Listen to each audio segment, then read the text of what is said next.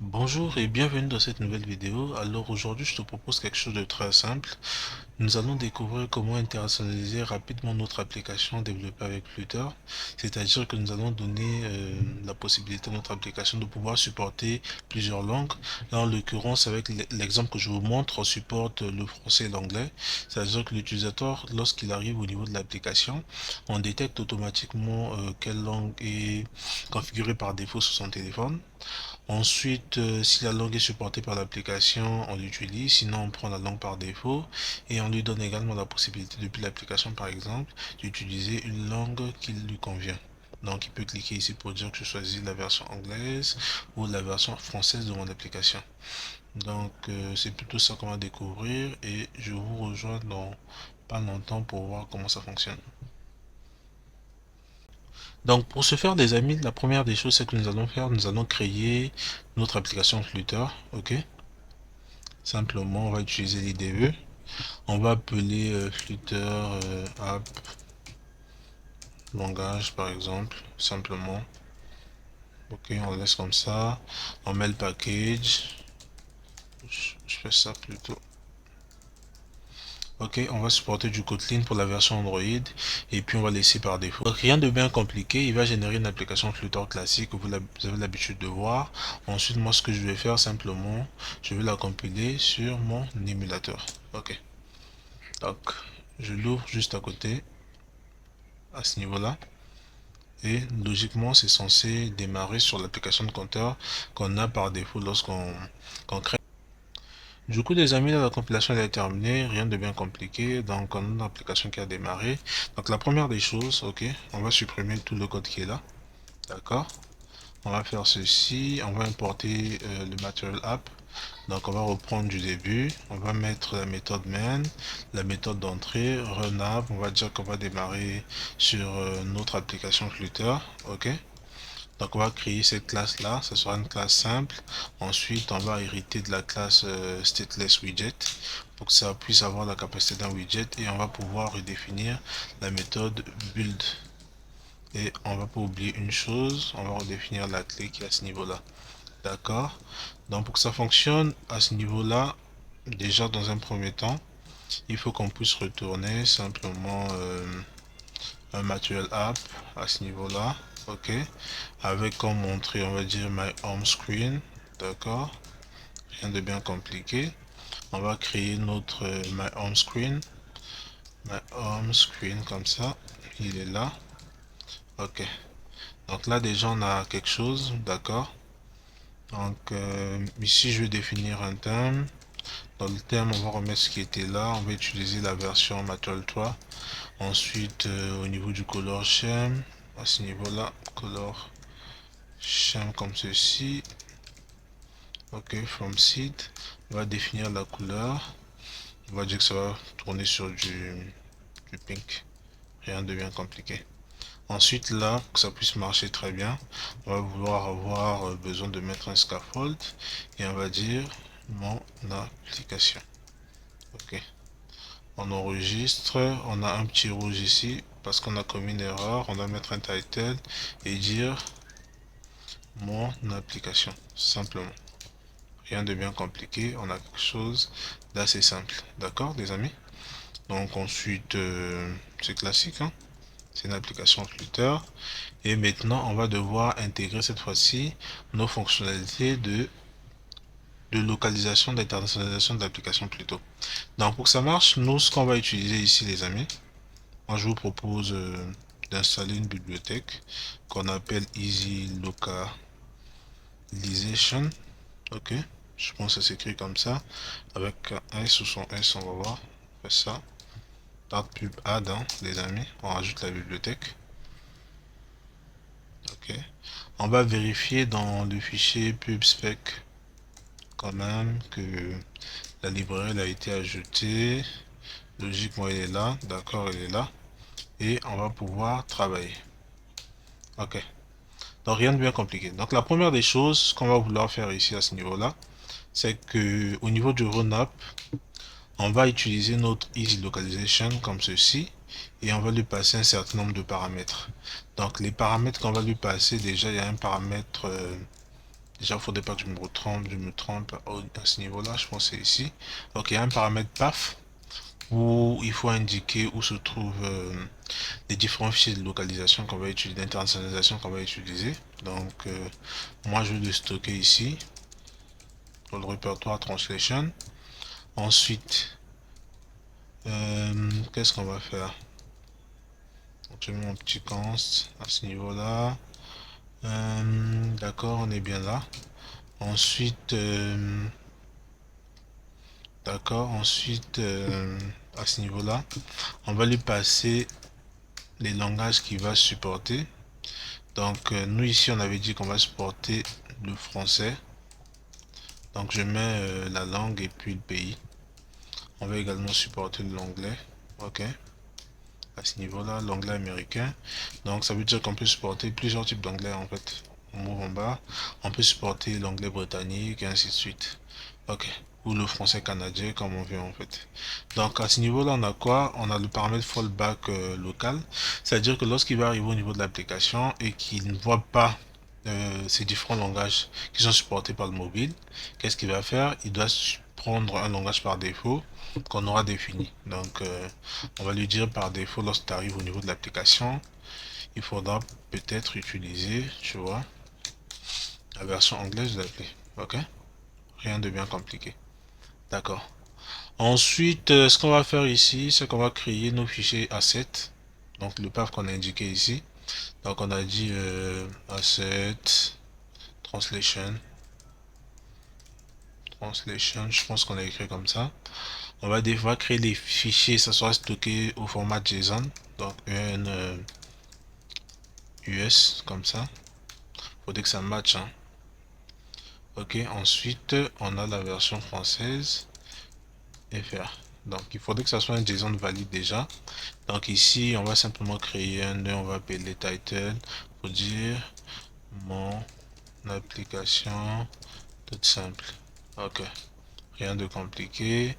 J'ouvre le fichier en version anglaise et je mets un petit titre ici pour dire my simple application. Ok, donc à ce niveau on a déjà fait tout ce qu'il fallait. D'accord. Et ensuite, on va pouvoir redémarrer pour voir ce qui se passe. Ok. Donc, on redémarre. L'application lui dit, voilà, l'aide initialisée, quelque chose comme ça, une petite erreur comme ça. On va vérifier dans le terminal.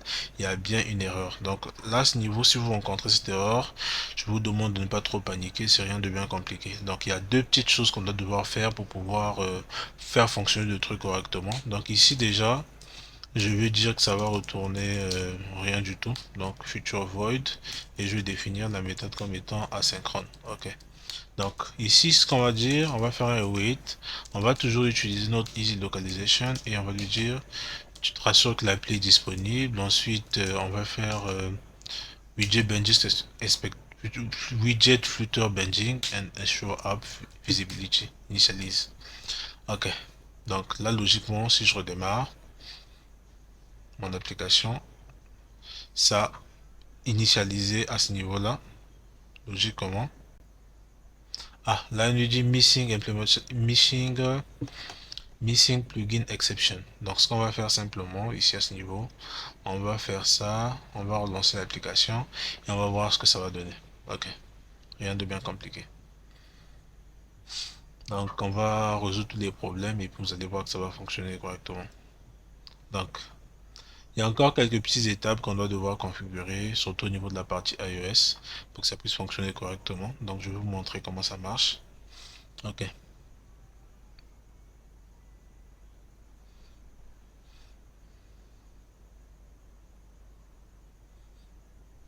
Donc là, ça a démarré, notre application a démarré. Du coup, pour terminer la configuration ici, déjà, on va arriver au niveau de la partie Material App. On va utiliser Localization Delegate. On va lui dire, tu vas récupérer ça depuis le contexte. Donc, c'est simplement Easy Localization qui va le passer. Support local, on va le passer également. Donc, support local. Et il y a un dernier paramètre qu'on va appeler local, qu'on va également paramétrer ici, local. Ok. Donc là, on a presque terminé. On va simplement ouvrir le fichier info plist. donc de la partie iOS. Donc pour s'assurer que la partie iOS puisse fonctionner correctement, donc il y a une petite configuration qu'il faut rajouter à ce niveau-là.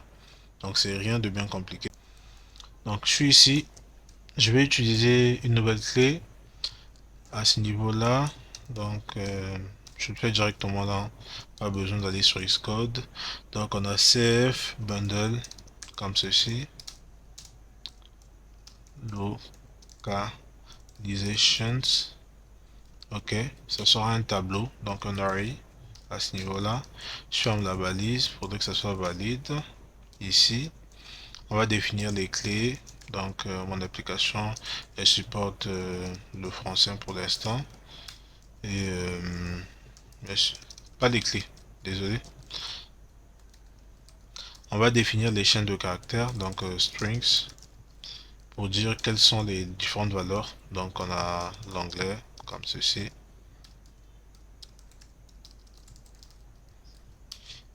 Et en dernier lieu, on a le français. Ok, rien de bien compliqué. Donc là, on a terminé la configuration. On va revenir au niveau de notre app et on va pouvoir réutiliser le JSON qu'on avait à ce niveau-là. D'accord? Donc au niveau du scaffold, je vais me rendre juste au bout, à ce niveau-là. Là, je suis dans la barre. Donc je vais mettre le petit body. Ensuite, je vais centrer mon texte. Ici, je vais définir un petit texte. Ensuite, ce que je dois faire, c'est pour utiliser la valeur qui est dans le fichier JSON. Donc, je passe simplement le nom que j'ai mis ici. Donc, en l'occurrence, j'ai appelé ça title. Ensuite, je vais mettre utiliser la méthode tr qui est fournie en utilisant l'extension. Donc, là, qu'est-ce qu'il me dit? Enable to load asset does not exist. Ok, ça aussi c'est une erreur que vous pouvez rencontrer de votre côté. Donc, c'est rien de bien compliqué. On va arriver au niveau de la partie asset, à ce niveau-là. Au niveau de la partie asset, il faudrait qu'on puisse déclarer nos différents assets. Donc, ici, on va dire trans asset et on va utiliser le dossier translation. Ok, donc je fais un petit pub comme ça. Donc j'espère que c'est bien écrit, on redémarre, voilà. Et là, ça fonctionne très bien. Ok. Donc là, simplement, ce qu'il a fait, c'est qu'il a vérifié au niveau du téléphone. Il a vu que j'avais configuré mon téléphone, mon émulateur au niveau du français. Donc il m'a pris la version française. Ok. Du coup, nous, ce qu'on va faire, on va remettre les petits boutons qu'on avait vus au niveau de l'exemple. Donc à ce niveau-là, c'est simplement des textes button, ici. D'accord. Text button. Ensuite, on va mettre un petit on press. Donc qu'est-ce qui va se passer lorsqu'on va cliquer? Je vais dupliquer mes boutons ici. Donc dans un premier lieu, je vais passer un petit texte pour dire ça sera French version. Ensuite ici ça sera English version. Ok, rien de bien compliqué ici. Donc lorsque je fais simplement il y a une méthode qu'on appelait set local, d'accord? Il faudra simplement lui passer le local sur lequel on veut switcher. Donc là, je vais dire que ce sera la version française. Ici. Ensuite, là, ça sera la version anglaise. Après, on pouvait déclarer des variables, mais bon, on va pas se compliquer la vie. Rien de bien compliqué. On va le point virgule pour terminer. Et à ce niveau, on a nos deux boutons. D'accord? On clique sur la version française, ça ne change rien. On clique sur la version anglaise, ça change quelque chose. Ok. Donc là, on va aller un peu plus loin par rapport à l'exemple qui avait été donné à ce niveau-là. Donc ici, ce que je vais faire simplement, je vais rajouter un petit JSON, que je vais appeler un petit nœud, une petite propriété au niveau de mon JSON, que je vais appeler description pour dire mon application. Je vais mettre les accolades. Utilise, supporte le français. Ok. Donc je vais faire pareil au niveau de la version US ici. On va au bout, on met la virgule comme d'habitude, d'accord. My app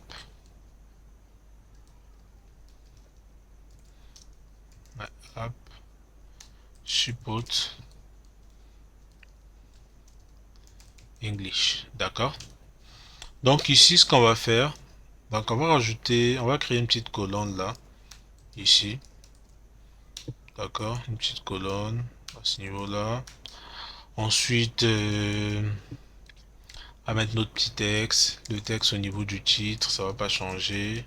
On va le garder. On fait ça. On va vraiment laisser le style. Hein, on va pas se compliquer la vie. Et on avait dit description. D'accord. On fait un TR comme d'habitude. Et on enregistre. Donc, je vais quand même centrer les trucs, les éléments. Colonne. Voilà. On va pas se compliquer la vie. À ce niveau-là, on a les éléments qui fonctionnent très bien. Donc maintenant que j'ai modifié mon fichier JSON, les amis, je viendrai ici, je vais le charger une deuxième fois et on va réactualiser l'application pour pouvoir avoir notre élément. Donc ici, le petit tag là, il va nous permettre de pouvoir remplacer une petite valeur à ce niveau. Donc on va voir un peu ce que ça propose. On est capable de lui passer un tableau d'arguments comme ceci. On est capable de lui passer des arguments nommés et ainsi de suite. Donc ici, ce qu'on va faire, je ne sais pas si tu veux passer une chaîne de caractères. Donc je vais passer un argument comme ça et on va attribuer une valeur aux différents arguments en fait. Donc on va dire mon application X. Ok, ça change correctement. Donc ça signifie que lorsque je vais venir au niveau de mon fichier JSON, je dirais par exemple que je veux rajouter une deuxième variable ici qui sera lue. Donc ça signifie à ce niveau-là, il faudrait que je supporte aussi ça ici. Je vais le mettre sur la version française rapidement. On y va à la fin.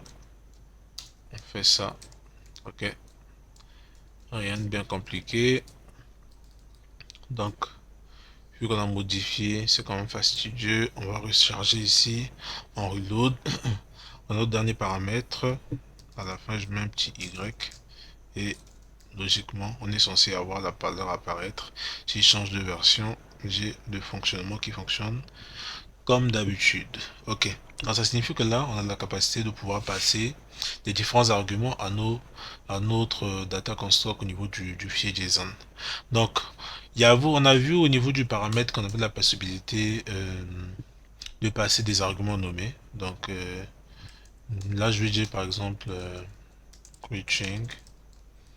Ok. Bonjour. C'est la version US. Hello. I simplement. On va dire name ici. Comme ça.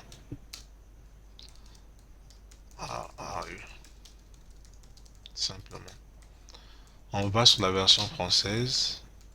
Donc je récupère bien le nœud. Je l'appelle greeting. Je vais sur la version française. Je mets ma petite virgule ici. C'est un JSON, hein, les amis. Je vais dire simplement bonjour. Name. Comment vas-tu? Simplement. Donc ça signifie que là, je vais aller au niveau de mon fichier pub, les amis. Je fais un petit pub get pour recharger mon fichier. Après, des bibliothèques qui facilitent un peu la tâche pour gérer ce genre de choses. Par contre, je sais pas pourquoi. Ah ouais, là ça marche. Parce que ça me posait vraiment problème. Ça supprimait automatiquement les virgules que je mettais en fait. Donc ici, je vais utiliser mon tag greeting comme ça. On va tester. Donc ici, je fais ça. On a dit greeting. Greeting comme ça. Logiquement, c'est ça ce que j'ai écrit. Ok. On va le mettre juste à côté et on va supprimer. Donc là, ça donne rien. On va voir pourquoi ça marche pas. Donc on a greeting ici, greeting là. On recharge un peu. Ok. Donc ça arrivé, il n'y a pas de problème. Je vais remettre un peu les différents arguments. Y, X, ça marche pas. Donc c'est à ce niveau-là qu'on va utiliser les named arguments.